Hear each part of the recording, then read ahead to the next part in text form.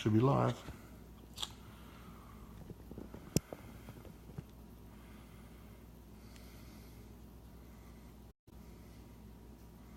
Is it on there all right? All right. Yep, one viewer because you're on there. All right, after this mess up, you want any water? Really, yeah, I'll take the water. Since you're not sick like death like last time. That time I was. Ryan, you want water or anything? Yeah, I think we'll go. All right. We're now live, so no cussing, no inappropriate comments. It's a family show, right? There we go. All right. Put up on my page, and we will get going here.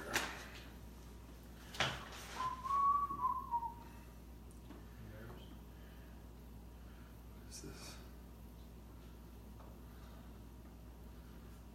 Okay.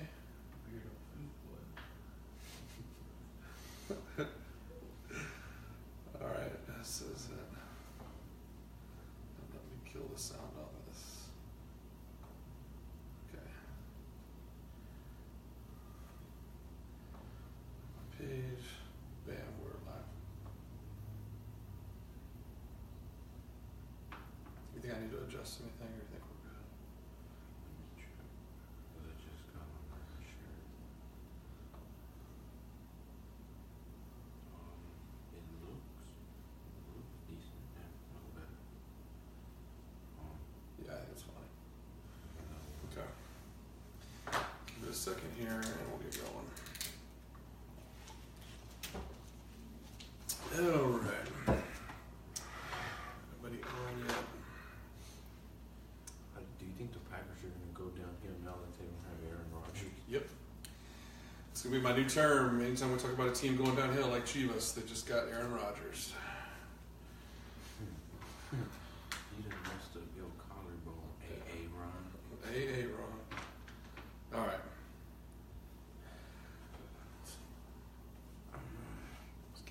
Just keep delaying on you. Just keeps delaying on mine. Yeah, but it's always It always stuck does for that. some reason. All right. We will go ahead and get started here. Thank you to everyone who's going to be tuning in. I know a lot of you watch this on the playback. So welcome to finally our 10th episode of Texas Soccer Live. We were hoping to bring all three hosts to you tonight, not just myself and Raul Villarreal. Raul Bermudez couldn't join us tonight, but hopefully he'll be on with us next month. We still have a special guest, Ryan Garcia, in the house. Will be joining us in a second. But a quick rundown of what we're going to do with our 10th episode. We have a lot of soccer to cover. We'll also be giving you updates. By the way, the Astros, you baseball fans, are still up 4-2 in the bottom of the 8th with 0 odds right now with the Yankees coming up to bat. So, real quick, we got 4 segments for you tonight. First thing is first, we're going to talk about the World Cup because it is here, ladies and gentlemen. We finally have a lineup that's almost set. There's only 9 spots to be determined, and we will know what the final lineup is for Russia. And we all know that USA ain't going, so we'll talk about that. We then are going to bring Ryan on for a segment. I'll explain why. Some of you might be wondering why we're bringing on a basketball player to a soccer show. It'll make sense, trust me. Next, we're going to give you a quick rundown of the Euro leagues as usual, what's going on in the big leagues in Europe. Then finally, big news, Dynamo, surprise, surprise, for the first time since 2013 have qualified for the playoffs. So they will be playoff bound for the first time since 2013. And we'll talk about all the MLS kind of playoffs as they go into their final week this weekend. And then lastly, Liga MX, after all the earthquakes, natural disasters, issues, cancellations, weather, politics, whatever, is finally back in action. Came back this past weekend. We got games going on tonight, right now, and then later on this evening, tomorrow, and this weekend. We're in the home stretch, 5 games remaining. After this week, as Raul pointed out, we're only going to have 3 games left. So it is about to be playoff time in Mexico for soccer, believe it or not. It's been a very crazy, bizarre season with all the schedules. So let's stop wasting time. Let's jump right in. World Cup. I don't know where to start on this, bro. Maybe you probably want to go first. Let's leave USA for a second. let me just give a quick rundown to people as I go through. I want you to your biggest surprise or biggest not surprise. Let's start with we'll save CONCACAF for last. Let's start off with Europe. Europe right now has 4 spots remaining, but so far qualified. We have Belgium, England, France, Germany, Iceland, Poland, Portugal, Serbia, and of course Russia automatically as a host are the 10 teams from there, and Spain as well. There are 4 spots remaining. I know Raul posted one about some of the other possibilities. Italy is still trying to get in. So out of that, any people you think we need to keep on? Obviously the dominant last World Cup champions, Germany, pretty easily, handily got in there. But out of that lineup, any surprises? Who do you think we should look out for out of that group from Europe? Out of that group, I would say keep an eye on, obviously Germany. They're a very young group. They looked strong during, what's that tournament called? I forgot the Confederations Cup. Yeah, they looked very strong during the Confederations Cup. Also, I would keep an eye out for France. France is a very strong team. They never disappoint. England is up there. Sadly, Wayne Rooney will not be attending this World Cup because he has stepped away from the national team. And England kind of squeaked in there. I mean, Harry Kane is easily is the hero of England, basically. He got them in there, and he kind of does the same thing for Tottenham. It's like, if they didn't have Harry Kane, I don't know, like, would England still qualify? Yes. But, like, I feel like because of him, he's the one true hope for England if they want to do anything in this World Cup, is having Harry Kane. Yeah, I think he's going to play a big role in this World Cup. This World Cup is going to be very, very weird. There's new teams. Brand new teams, yeah. Brand new teams. There's teams that are coming to the World Cup that haven't been here in like years. And then there's also teams that they're barely having their first World Cup ever. So it's going to be pretty interesting.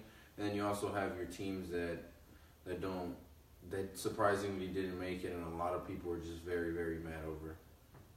And like I said, one surprise for me, I'm a little surprised the Italians haven't qualified yet, but I'm sure they will. Although they don't have any, they are playing Sweden, so I don't think it's a walkover game. What's interesting is that there's some good teams that are going to get left out of this. Croatia, for example, is playing Greece. Quite frankly, I think it's a toss-up game between those two for that spot.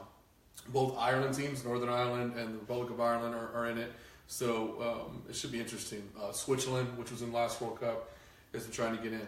Let's kind of go up. One continent that has a lot still to figure out, because they've only gotten 2 qualified, is Africa.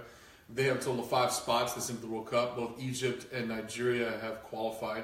Nigeria usually qualifies, is not a surprise from that confederation.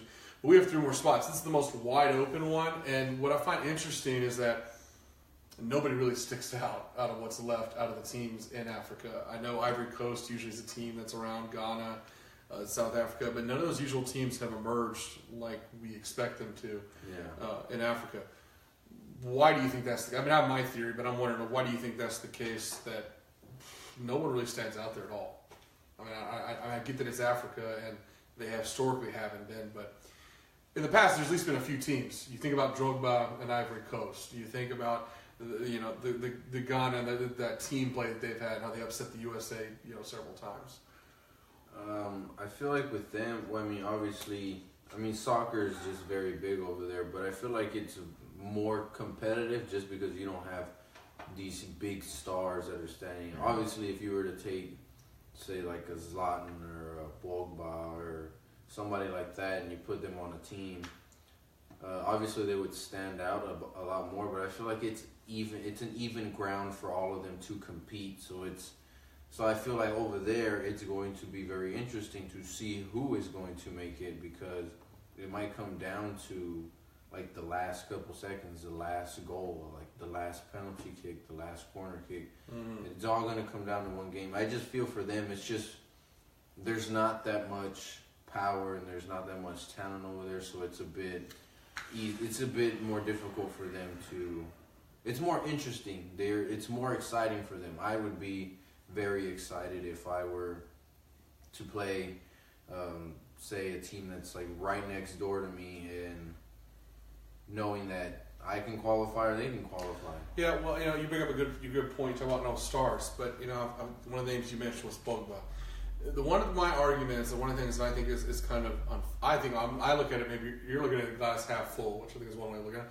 I kind of look at the glass half empty, in that where are all these native African players going? The families are moving. They're not staying there. They're going to Europe. There is a drain. There's a talent drain on African players because they're going to the better established club systems. They're going to the better established. They're becoming citizens countries. Look at the amount of players in Europe, on European teams, on the teams like France and England and even Germany that were not born in that country, that are from Africa. And I find it, I'm not saying that's great for those teams, but I find it's one of those big what ifs that I ask. It's like, what if all these guys had a chance to, have the same professional opportunities they had in Africa? And like I said, we can talk about how same problem with the United States, academies not being developed, blah blah blah. But I find it interesting that some of the best African players in the world don't play for Africa. Yeah, and it's a lot easier now so you can say like a team like Germany or not even a team like Bayern or Dortmund. They can pick you up. Say if you're from Africa, they can pick you up if they wanted to, and if you stay there for a while, it's not that hard to become to be nationalized there. To say that you transitioned from being from Africa to being German. It's not that hard now. I've seen it happen in Mexico. There's people from Brazil and Argentina that come to Mexico, and two or 3 years later, they can go and play for the Mexican national team because they've transitioned into that. Mm-hmm. No, I agree. Move forward, another continent that historically has been behind when it comes to World Cup, but obviously still where soccer's king, is Asia. They have pretty much set their qualifications, all except for their playoff country. The 4 locked countries for Asia are Iran, Japan, South Korea, and Saudi Arabia. South Korea and Japan, this wouldn't be the first time. They usually are in it from Asia, but Iran and Saudi Arabia are kind of the ones that stand out there as being new. This is our first of our playoffs. So Asia has a half bid. In this case, Australia is going to represent Asia, and they play the playoff berth from CONCACAF, which is going to be Honduras. Who do you got? Australia, Honduras. Who's going to the World Cup? I would say Australia. I mean, I'm not trying to talk down on Honduras, but the way I've seen them play in the past and just the way that they handle themselves as a team, I feel like Australia is going to come out swinging, and they're gonna advance in that round. The one other playoff is played between the 5th team in South America, in this case Peru, who came on very strong of late, and they're playing the one representative team from what's called Oceania, not including Australia. In this case, is New Zealand. So Oceania includes all the island countries, Pacific and whatnot. But New Zealand won that tournament pretty easily, and so New Zealand now will play Peru for the right to the World Cup. I say Peru. Do you agree? Yeah, I feel like their fan base deserves to go to the World Cup. They have a very good support system, and it'd be nice to see Peru there. And they haven't been recently, I don't believe. No, they haven't been to the World Cup recently. It's been a long time. Now, let's talk about sticking with Peru and South America. Talk about some powerhouses, and it took some powerhouse efforts to get in there. Brazil's been locked for a long time, but joining Brazil is Argentina, Colombia, and Uruguay. All I know is if any of those teams are grouped together, you could have the potential for calling it the group of death, because these are some very strong South American teams. We saw the heroic effort of Messi with a hat trick to will his way in there. What are your thoughts on this South American group of teams now that they're all set? I mean, obviously Brazil's just amazing. They're always an amazing team to watch. Sometimes they fall, and then sometimes they're able to pick themselves back up. Obviously, that devastating 7-0 against Germany really killed them. Argentina, you can never doubt Messi. I seen him get so much hate because they didn't win the second to the last game in order to get their spot in the World Cup. So he got so much hate. And what did he do? He proved to why he is the best player in in our generation, because he went out, he got his team to the World Cup. On top of that, he got a hat trick, and that should make everybody happy. Colombia is not a surprise for me. Colombia is a strong team. They have some. They're a very young team. I've noticed that about them. They did have to earn their way in late. They were one of the last teams to qualify, but yes, very, very talented team. Yeah, they're very young. I'm not surprised to see them. Obviously, their rising star is James Rodriguez. He's a very talented player. Now, I would say my person. You mentioned the one thing I mentioned yet. I would say that was one of my favorite out of that group, barring if Suarez can keep his mouth off anybody and not bite them this time. Uruguay could be one of the. I mean, these teams South America is pretty deep. Now with Cavani and Suarez playing like they are together, this team is deep. I mean, from top to bottom, this is one of the most talented Uruguay squads, South American squads, period, that I've seen come out. I think Uruguay is someone to be reckoned with for the first time in a while. Yeah, they look pretty strong. Obviously, you have Cavani, you have Suarez. There's just known that well because they don't play at the level that Cavani and Suarez play at. But they're a pretty strong team.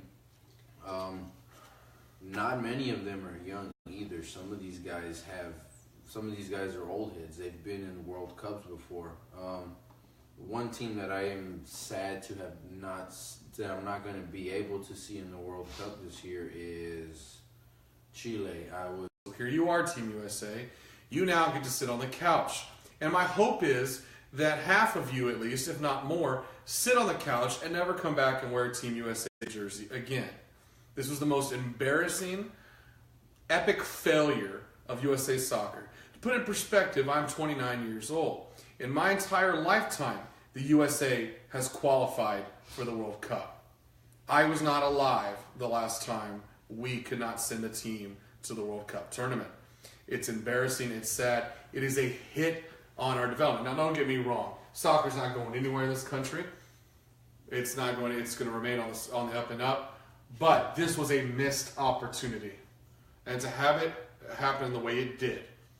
No offense to those of you that cheer for Trinidad and Tobago, but for it to happen against Trinidad, a team, this wasn't some big matchup against some number one powerhouse team in the region like Mexico or something like that. They were not even playing to get into the World Cup. They were just playing.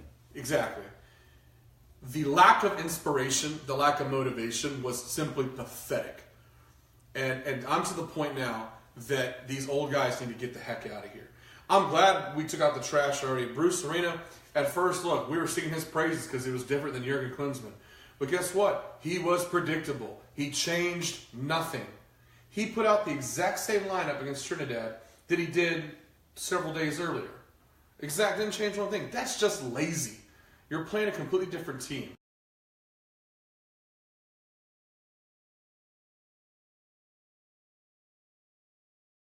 Would not have got out of the group stage. I personally believe that they do not deserve to be in the World Cup because it was just embarrassing. It's just embarrassing to see that if you cannot beat a team that wasn't even playing to get into the World Cup, they weren't even playing their starters. Friendly. They weren't even playing their starters. It was just a friendly. That is just embarrassing. You don't deserve to go to the World Cup. And there's blame across the board. There's nobody who did good. I mean, zero offense. Defense was a mess. You weren't playing your best guys on defense. I'm sorry, but some of these guys, it's time to hang it up. Josie Altidore, get the heck out of here. Bradley, get the heck out of here. I'm sorry. I'm done with you. Dempsey, enjoy retirement in the MLS. I'm sorry. You guys had your heyday.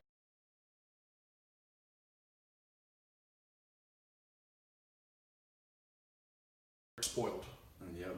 And what I meant by that was that you've been fortunate enough to grow up in such a soccer-friendly culture that you haven't been having the challenges. The last couple generations, nobody went to USA soccer games. Nobody cheered for USA soccer. They've gotten spoiled, and I think what made the U.S. build up to what it has built up to in the early 2000s, to World Cup Brazil, was this mentality of I'm going to go out there and prove everybody wrong. This underdog type mentality, and it's just not there. It's just not there. So, I don't know what it is, but they need to figure something out. And well, I guess we have 4.5 years to.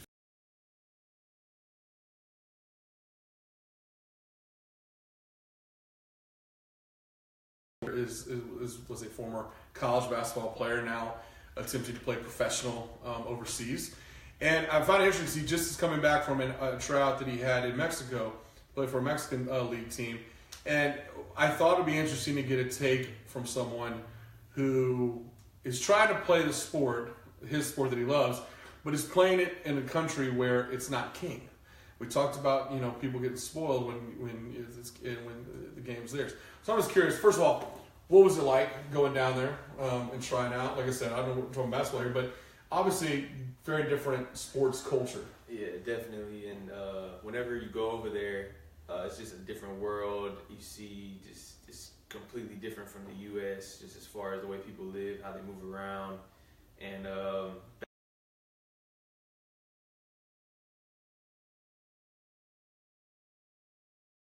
expanding to these other countries where other American sports have failed?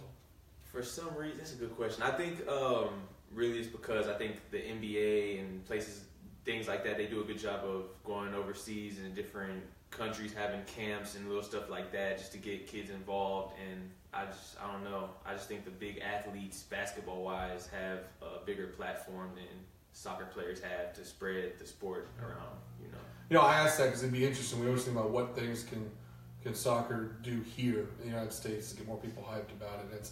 It's really the same path. You got to ask the same question, just from the other side. So I'm kind of curious, hypothetically speaking, if you were to, let's say, be playing in Mexico, what do you think it would be like? What do you think you would counter? The people who did come to the game, did they seem like they were just kind of coming there out of curiosity, or did it seem like they were actually hardcore fans? It seemed like they were hardcore fans Really? of the team. Yeah, like I'm surprised.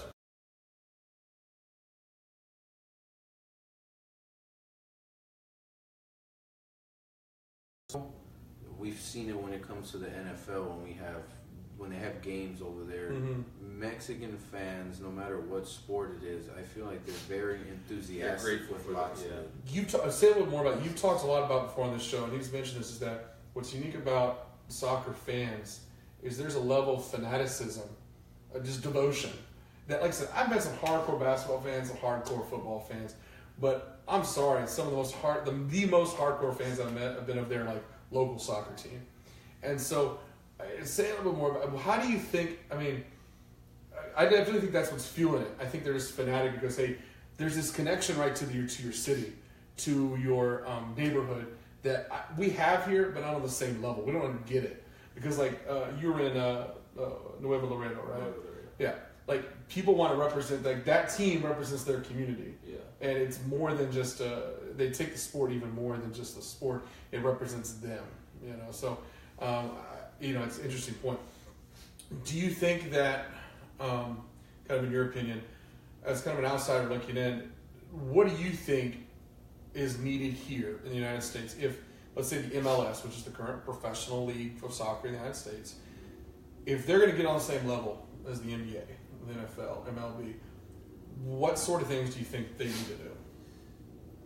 In all honesty, I really think they maybe need to just have maybe 1, 2, or 3 just breakout stars like a LeBron James, like a Tom Brady, somebody like that, to where people around the world are watching this one person, and then everybody coming up under him wants to be as good as him, as his basketball, football. Everybody wants to be the next Tom Brady, the next LeBron James. If you have that soccer player, I think. In other words, a star of the sport that transcends national lines, right? A Messi, we talked about this before, right? There is no true American superstar of soccer. Soccer-wise, right? There's no global star. There's no doubt there's global stars in all the other American sports. I mean, one of the reasons that basketball started getting exported out of this country in the 1990s is think about stuff like, the dream teams of the 90s.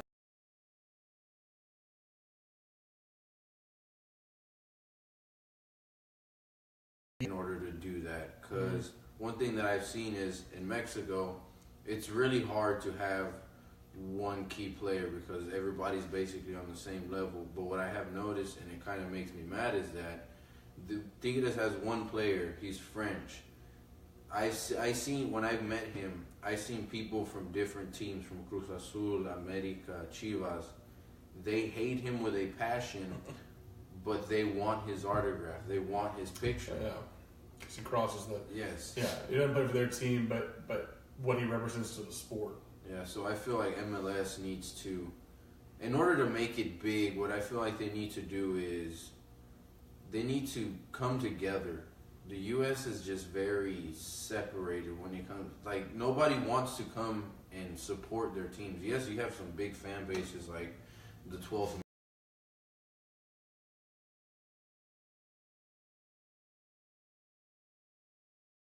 Shows you the lack of fanaticism. Last question. You heard us ranting about Team USA being a big disappointment and whatnot.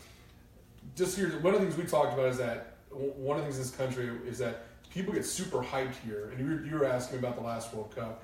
People get super hyped here when around World Cup. You get all these idiots who know nothing about soccer, but it's Team USA, and they're like that in Brazil. They were like that in South. They were like that every 4 years. Yeah.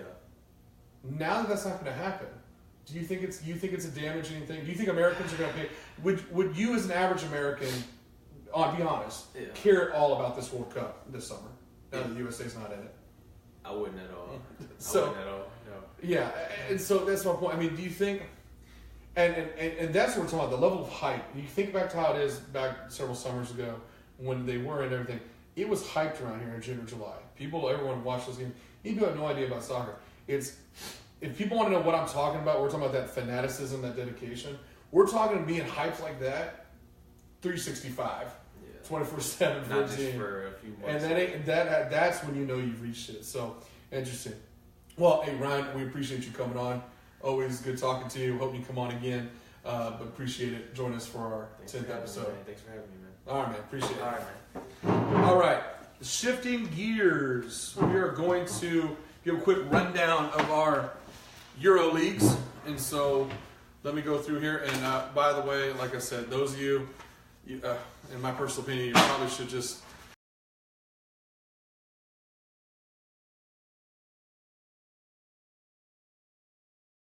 draw. That shows you the type of battles they're going to get into.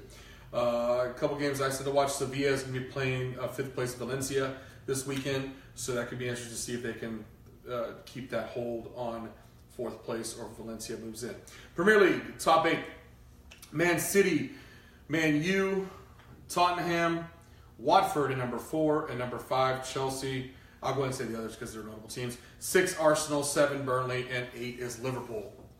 Liverpool, it's not going to be their year. I feel like it's going to come down to Man City, Man U, obviously. Not just because they're up there right now, but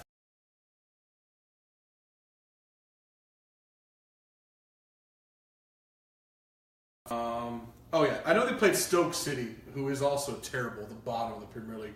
But to put on 7 goals on a Premier League team, just like it was nothing, that was just dirty. And I hope you realize that the goal differential that Man City is putting up now is ridiculous. Man U had a tougher time. What did they have? They had a 0-0 tie with Liverpool. But like I said, Liverpool's not. They need points right now. Liverpool to get out of that 8th spot. Remember, it's those top 4. The surprise here for me is Watford. Watford's is gonna flake out. They're not gonna last. Chelsea, I think, will move back into that 4th spot. Although they've had their ups and downs, they haven't been scoring this year. I know Hazard's had trouble. It's been all interesting. Speaking of which, this weekend, game of the week in Premier League for you to watch. Chelsea, Watford, 4th place, 5th place. Chelsea wants back in that top 4. They can do it right now by beating Watford. Tottenham plays Liverpool, so we can see once again, can Liverpool beat a top team? I say no. I say the Tottenham Hotspurs roll on. Bundesliga, Dortmund is holding on to a 2-point lead for 1st place. Bayern Munich has rallied to 2nd with 17 points. Leipzig, number 3. Hoffenheim, number 4. And we'll leave it there because the rest don't really matter right now. Yeah. What are your thoughts on Bundesliga? Bayern going to catch them, or is Dortmund going to hold it? I feel like Bayern will come back up. Not that Dortmund isn't good enough to be number 1, but we already know Bayern is just very, very talented.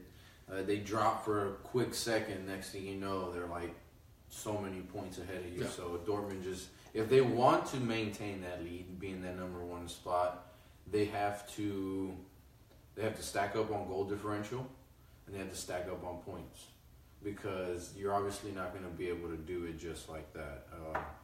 You just can't do it just depending on Bayern to keep losing. It's not going to work for you. Yeah. Bayern was dropping points, so they dropped their coach, and now they're back in it. I mean, so they made an adjustment, and then they're moving forward. I'm still going to say what we said nearly a month. In the last 2 months, we've both been saying, I do think this is Dortmund's year to break out of the shadow, so to speak, of Bayern. I think they can win the Bundesliga title this year. The real challenge, as we all know, is what's going to happen in Champions League. Moving on to Italy, Serie A, the top scoring league. You want to see offense, watch some Italian soccer. Watch Italian soccer, you will see goals non-freaking stop. We have currently, this is an interesting one, Napoli is remaining in first place, 24 points. Inter Milan is at number 2. Lazio number 3. Juventus is back in the mix at number 4. Roma is in 5. Sampdoria number 6. Bologna number 7. And Torino number 8. Thoughts on Italy right now? Notice there's one notable team missing.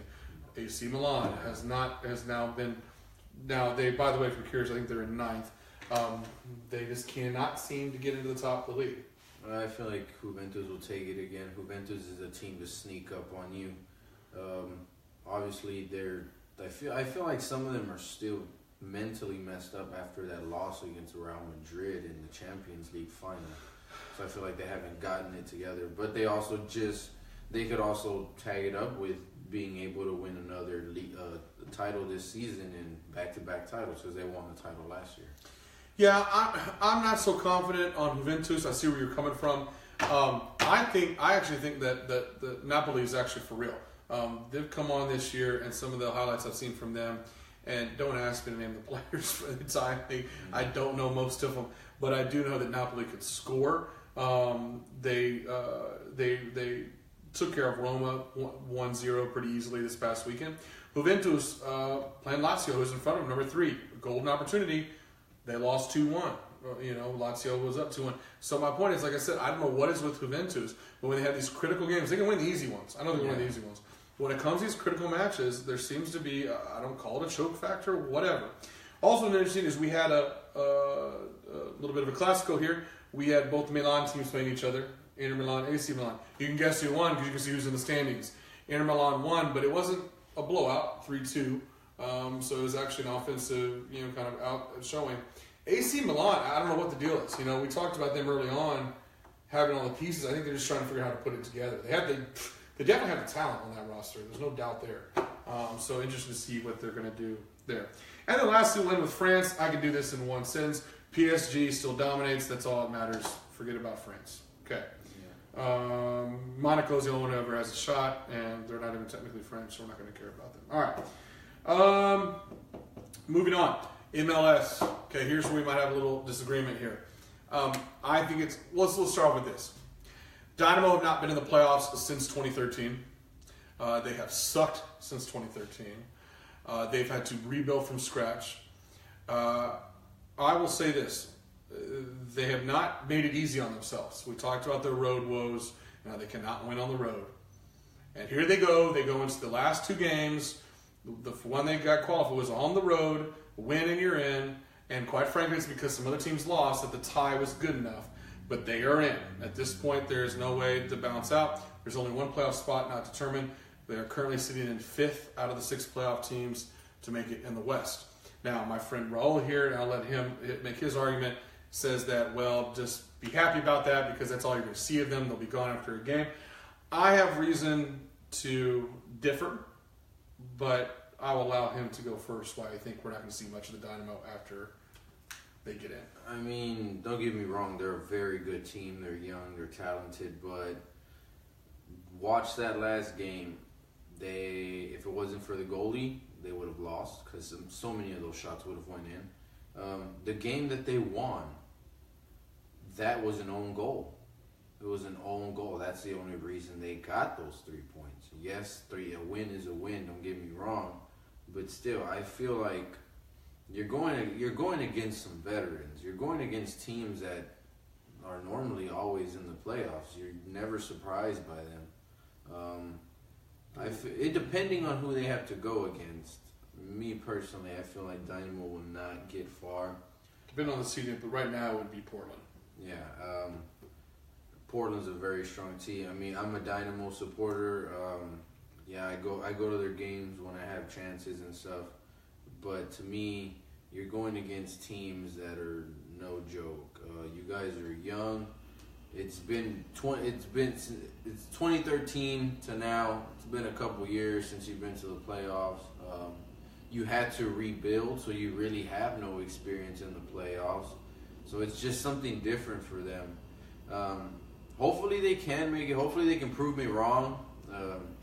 Hopefully they shut me up. But I personally feel like this won't be their year. Maybe they'll, because the beginning of the season, they were strong. They showed us that they were strong. But for me, it's not about how you start. It's about how you finish, always. And they did not finish the way I expected them to. Yes, they clinched their spot, but it would have been nice, and I would have had more confidence in them if they would have finished the way they started. I have the exact same reason for my argument as to why they are going to do well. Here's why. Rob just pointed out one thing, that the only reason that they won that game was because of the goalie, the keeper play of Tyler Derrick, a homegrown player, by the way, which finally we have a homegrown player that does something. Tyler Derrick has had a rough season. He's been well maligned early on, whatnot. As Rawls pointed out, early on there was no problem scoring. There's no doubt that there are scorers on this team. I had doubts, though, that we had a champion quality or a playoff quality goalie on this roster. At one point, Tyler Derrick, early on, was removed, and we had his backup in there for several games. The performance he put on there, I think it was something like 22, something ridiculous saves, was so ridiculous. What it pointed out to me was that there's goalie that I have some confidence in finally. He was keep in mind, they did not know what the other games were going on. Sporting KC threw everything at him. Every single start of that, they were going because Sporting KC wanted to clinch and get us out of there just as much. They hadn't clinched yet prior to that game. So what I was confident about is this. Finally, a goalie, it was almost a coming out party for Tyler Derrick. He's finally here as a goalie, in my opinion. That was a signature game that's going to define him going forward. And I think it's going to create momentum for him and confidence that he can ride going forward. As far as the scoring, I'm not worried about it. I look at the numbers. These guys can score. I mean, I look at the goals for the season right now, and you combine Torres, Ellis, Manotas, and Kyoto, and you're looking at 40 goals amongst the four of them. 40 goals amongst the four of them. And there's no doubt this team can score. And I think they can. And I think I've seen this team get hyped up. Some of those games they had to win, they came late. The goals came late. And so, I'm not too worried about it. Now that I think it was a sign that Tyler Derrick said, okay, look, I got to play my part. The defense is pretty solid. I mean, I have more confidence probably than I probably should, but I do think these last two games, was it a sexy way to get into the playoffs? Hell no. But I think these guys I think I'd be surprised. Do I think they're a cup team? No, I'm not saying that. But I do think they can show some people around. I wouldn't be surprised if they got out past the first round. And even if they were eliminated, they're going to put up a hell of a fight. I think you'll see a game. This is not going to be a blowout. This team will not be blown out in the first round, I'll tell you that much. But I think they can pull off a win. That's my opinion. Sports update for you. That's why hopefully more of you are joining us now on Texas Soccer Live. The Astros were a bunch of idiots and let a 4-run lead go away, and now have lost 6-4, and the series is tied 2-2. So, way to go, Astros. You are breaking our hearts right now. The current playoff picture, just if you want to know, to put in perspective, okay, we asked them who they're going to play. That's a big question. One thing I'm glad about is that we're not playing any of these Eastern Conference teams, because I don't want to play in the Eastern Conference teams. Toronto FC racked up 68 points this year. Second place, New York FC is in. Third place, Chicago, which by we'll see Chicago in the final home game this Sunday. Atlanta United, the expansion team, is in the playoffs in the 4th seed. Columbus, a perennial Eastern powerhouse, is in number 5. And the other New York team, the Red Bulls, are in as well. Those are all locked. There could be some shifting between spots 3, 4, and 5.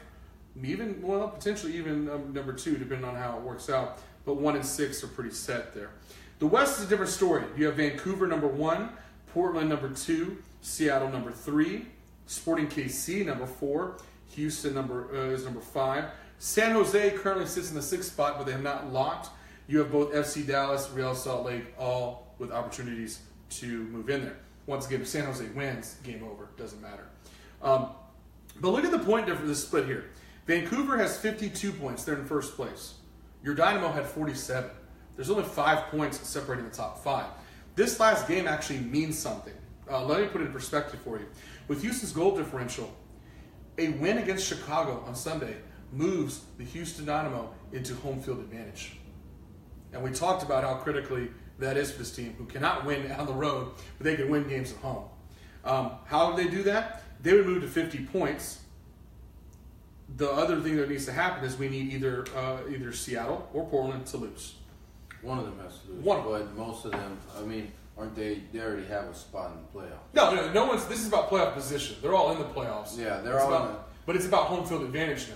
Yeah, so I mean, in my perspective, I feel like Portland and Seattle are just going to go out, no starters. They're going to get ready for the playoffs. They're already in. They want to save some energy. If that's the attitude, that one of them may lose home field advantage, then Seattle might.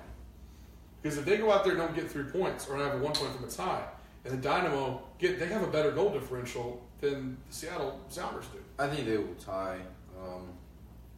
Even if I'm hoping that the Dynamo get home field advantage, but here's what happens: fans play a big role. Fans don't go to the games.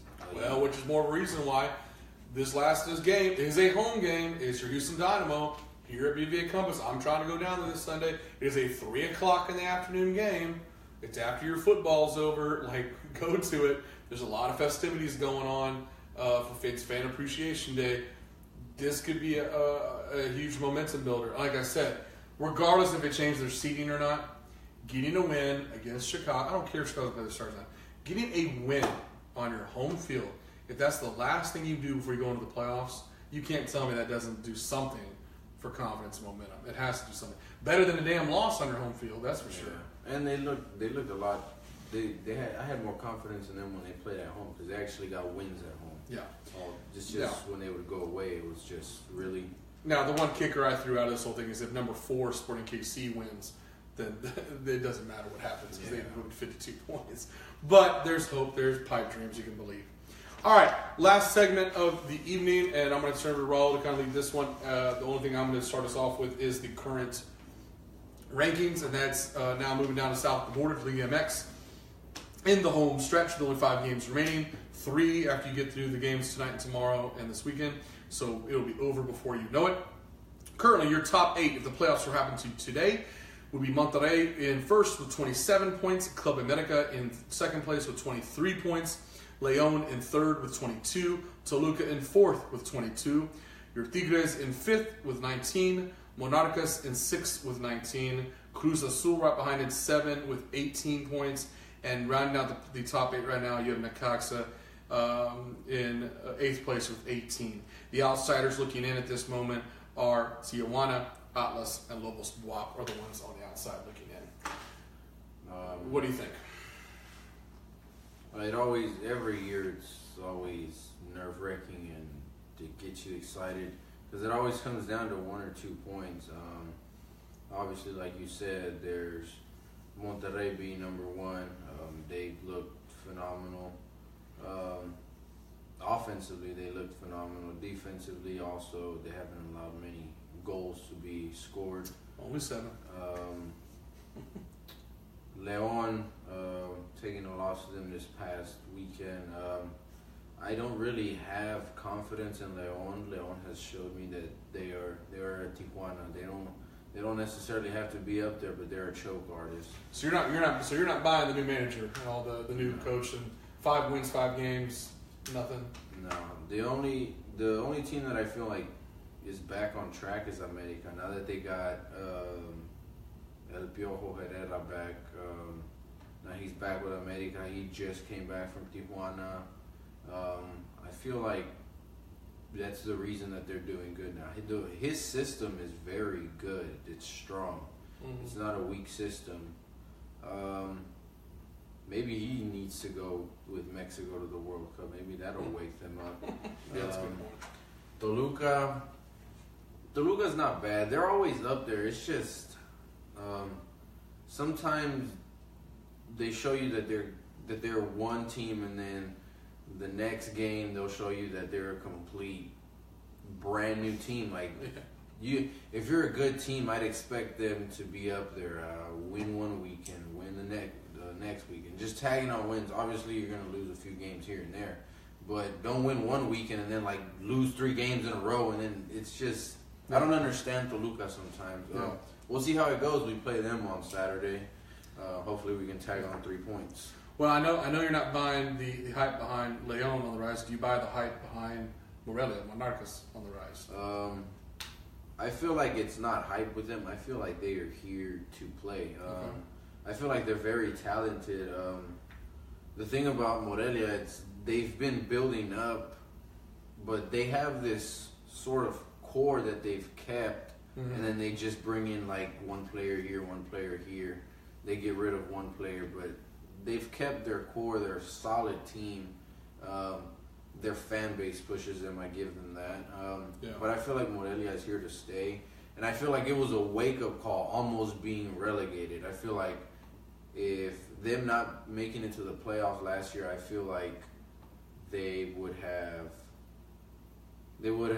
just lost it. But I feel like it was a wake-up call. They woke up. They told themselves, look, in order to stay in the first division, we have to wake up. We have to be better. We have solid players. We just need to add more chemistry and bring in a few missing pieces. And I feel like that's what they've done this season. Part of me, I don't know why all of a sudden I'm pessimistic about them. Part of me thinks, and maybe you disagree with me, I hope you do, is, and I know we all have a lot of viewers and friends of ours that are Cruz Azul fans. For some reason, part of me thinks they're going to choke in the next 5 games and not end up at the top 8. Because they kind of start off the top, they're kind of slipping down. I see them in 7th now. I'm looking at their remaining schedule, and I'm kind of thinking to myself, I could see these guys choking and falling out of the playoffs. Do you think Cruz Azul can hang on and actually make it to the playoffs, or are you falling? Just to give you an idea, they're playing Querétaro first. Let's see, who do they have coming up? They have Lobos Buap, who's fighting desperately to get in. They have Your Tigres, and they have Monarcas. There's their last 3 games. I mean, I think they could fall on their face. Well, for me, Cruz Azul is just viewed as a bad luck team. I mean, it's almost comical at this point. I can't remember. I remember watching them in a final against America, but it's been a couple years now since I've seen them make it being up in the top 8. Yes, they have talent, but they're a choke artist. I just feel like they still have a lot of building to do. They need to build a solid team. They're still weak in some areas. Obviously, they're coming from a loss against America being up there after coming back from not being in the playoffs last year. They're back up there. But I feel like that loss really shook them, and I feel like it's going to mess with their heads, because they were so confident in being up there in the top 8. They were in a good position. Now, basically, America said, you are no one. I'm going to drag you down, and you're just going to fall. Do I see them being in the top 8 in the playoffs? I feel like it might come down to their last game. They have to win in order to make it into the 8th spot, but I don't see them assuring confirm a spot in the top 8 automatically. Well, I'll tell you one person that does not need to worry about being in the top 8, and that's our buddies over in Guadalajara and Chivas. They have mathematically eliminated themselves, going from champions to eliminating themselves from playoffs. All I know is I would not want to be caught in Guadalajara this past weekend wearing a Carlos Salcido jersey. That's all I'm going to say. Look, we've talked about this, and you've watched Mexican soccer a lot longer than me, and kept up with it more closely. And I get that it's crazy, it's a roller coaster. But how in the hell do you go from being a league champion to, with 5 games remaining, being eliminated and having no hope of even contesting in the playoffs? I mean, these guys are third to last. They're number 16 in the league. How the hell does that happen? That goes to show you that Chivas is a joke. They're a Apparently. joke. Their team is a joke. They're not a solid team. I heard it from a Chivas fan today saying that they suck. They are not good. That goes to show you that, oh, we're a solid Mexican team. Where are you now? Your fans haven't even attended a game to fill up the stadium like they did during that final. Mm-hmm. You guys are a joke. You guys were a fluke. That goes to show you what money can buy you. Yeah. This team now has proven to me that they were nothing. Mm-hmm. That money bought them that title. Because if you were so good and you were a solid team and you say that you're the best because you have all the Mexican players, you have no international players, you just proven to me that Chivas is a joke and you're just made up of money. Because Tigres won a title against America. They came back, and what did they do? They made it to the final again. That goes to show you that we have a solid team. And you see teams like that make it to the playoffs again. You, on the other hand, did not do that. You just showed everybody in Mexico that you're just a joke. With that being said, is it even worth tuning in and watching this year's Clásico as they take on Club America? Do they have any chance of upsetting them? We're going to see some spoiler here, or are we just going to see what I think is going to happen is probably a slaughter of Chivas? I'm trying to figure out. It could either go two ways. Either America is going to blow them out. I would say at least like a 4-0. It's at Azteca. It is. It's either going to be a 4-0, America takes it, especially them being at home, or for some random reason, Chivas is just going to want to come out and give their fans a good soccer game just because it's a Clásico. By the way, that Clásico is a joke also. Well, I'll take that with a grain of salt coming from a Tigres fan. Hey, our Clásico is the last game of the year, so we can say that's the real one that's going to go down. I don't know. I mean, would I be happy as a Rayados fan? I would love it if Club America was denied 3 points by the lowly Chivas, but I don't see Chivas doing anything at all putting it together. So we have games going on tonight. There's a couple that have already started. Some that are starting a little bit later at 8:45. Including that Club America Chivas game, which I believe is tomorrow, if I'm not mistaken. We have games this weekend. A lot of potential playoff-type matchups this weekend with Monarcas and León. Tigres Toluca is going to be a huge game. Club America and Necaxa is potential. I mean, these are all potential matchups. My Rayados play Pumas, which are currently last place, so hopefully they don't choke on that. I'm knocking on wood. Kind of things that I'm looking. Kind of what you think. Out of the 3 teams, and it could be maybe you tell me if it's someone else who can sneak in. But looking at the 3 teams that are currently in 9th, 10th, and 11th, have a realistic shot point-wise right now, being Lobos WAP, Tijuana, and Atlas. Which one do you think and why could sneak in there? Maybe bump out Necaxa or Cruz Azul and find their way in there. I feel like Tijuana and Lobos WAP will find their way back in there. Obviously, it's like I said, Cruz Azul is going to have to fight to their last game in order to qualify. But Lobos WAP, just by the way that they started the season, they looked very, very strong, and they look like they can upset any team. And they have solid players.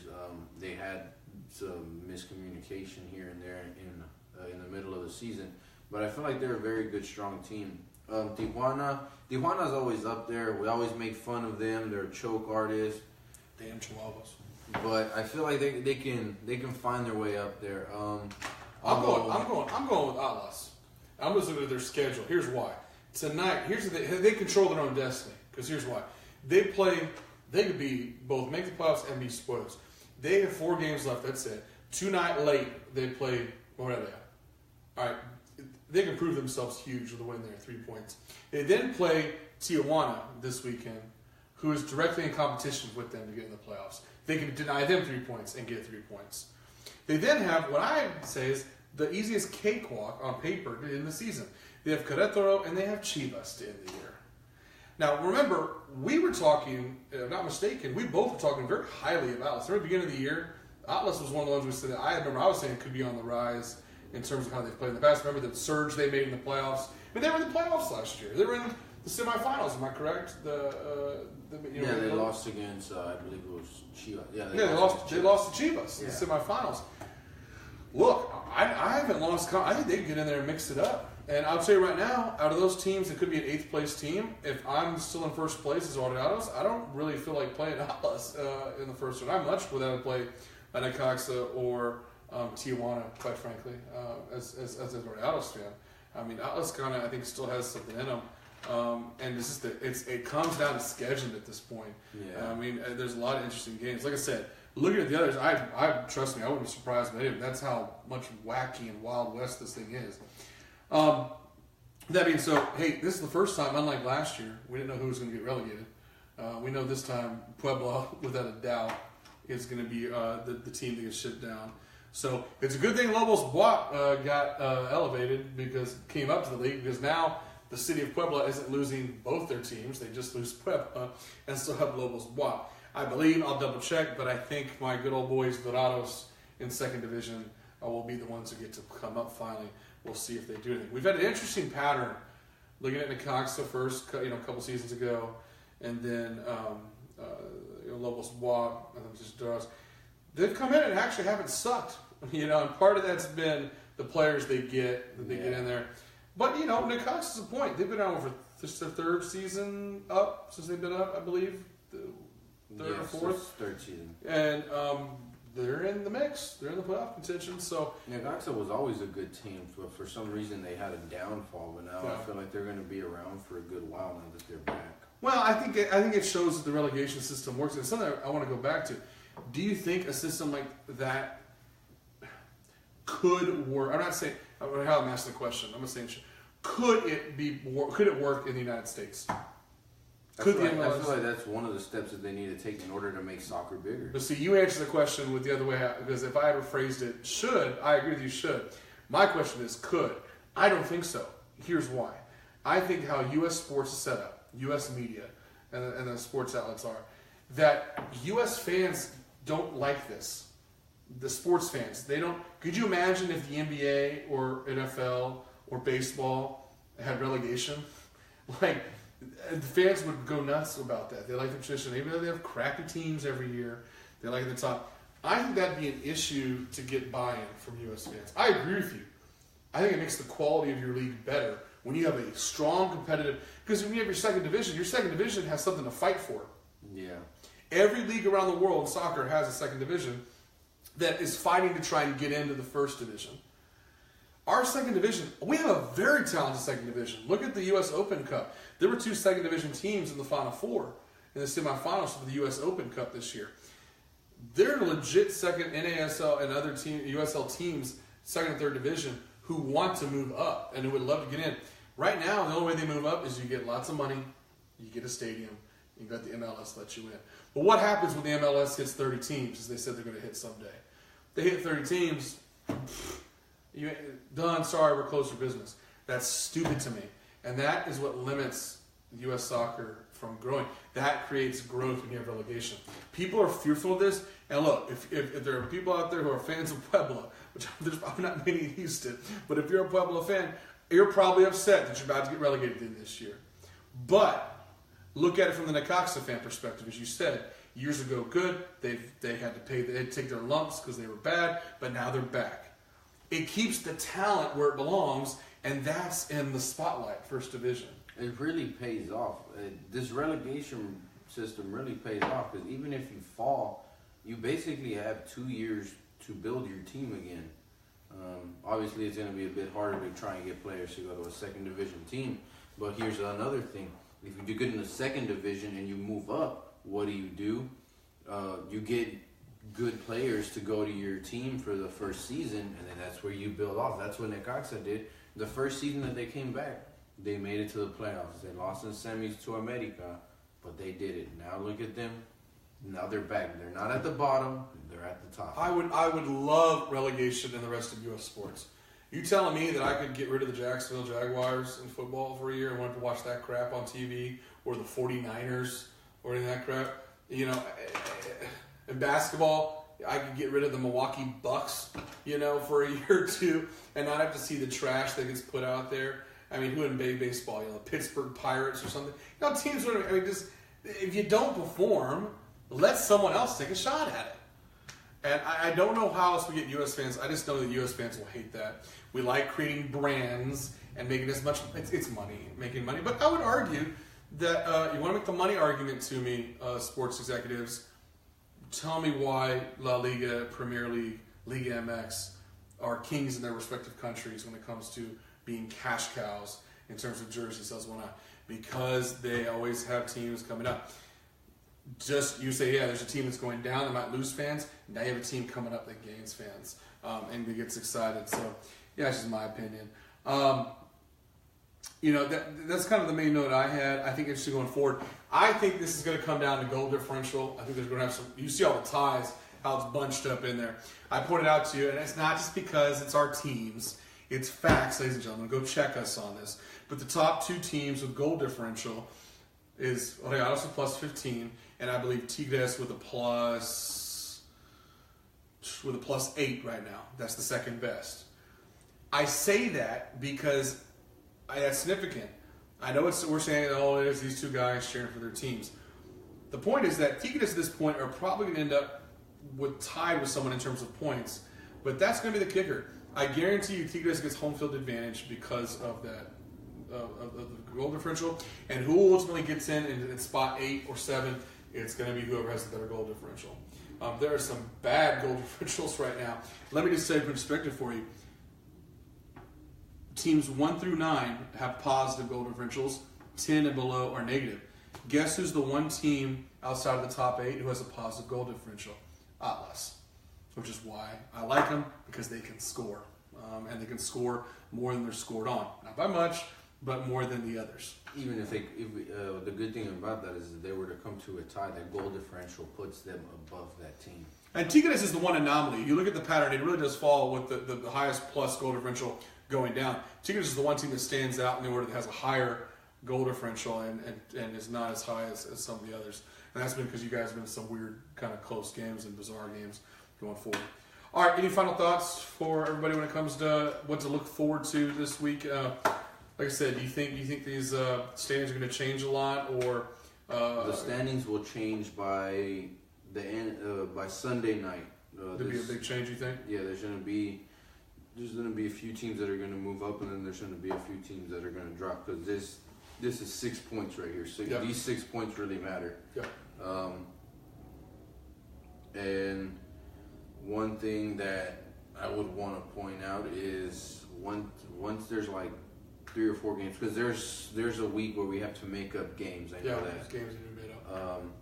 When it comes down to the last 3 games, that's when you will know who's locked. You will basically know who's out and who's locked in and who's fighting. Mm-hmm. Just depending on the way the numbers change. If we have teams that win and teams lose, and then we have like a good goal difference or point difference, then it should basically show you who's locked in and who's not. Yeah. But since it's just a 1 point, 2 point difference now, that's what kind of messes things up. Well, on with this, we'll know next month, coming up in the first part of November, the rest of the 9 spots for the World Cup. So in the meantime, expect a couple. This is our big 10th episode. We'll probably have a bunch of shorter shows coming to you. I know that I personally will do an MLS playoff breakdown once everything's set this weekend. So expect next week for me to come. I'll probably come solo to you with a MLS playoff special, including the breakdown of the Dynamo's first matchup. After that, as we get closer, a couple weeks after that, we'll probably have another short show for you. Last year, you guys gave us great response when we did a Liga MX playoff special, and I think Raul and I will come back and do a quick 20 to 30 minute breakdown of all 4 of the matchups going into the Liga MX playoffs. And of course, we'll highlight anything else that's going on in the world at that time. Probably what we'll do at that point, we'll probably make it a Liga MX playoff special / World Cup special. Because by that point, when we're doing our Liga MX playoff preview, we'll have the complete lineup of World Cup teams. And so we'll bring it to you, it'll be episode 11, but it'll be much shorter, much compact, 30 or 40 minutes, playoff special and World Cup preview. To bring that to you. Like I said, MLS will be done at that point. I'm going to give you kind of playoff updates solo-wise.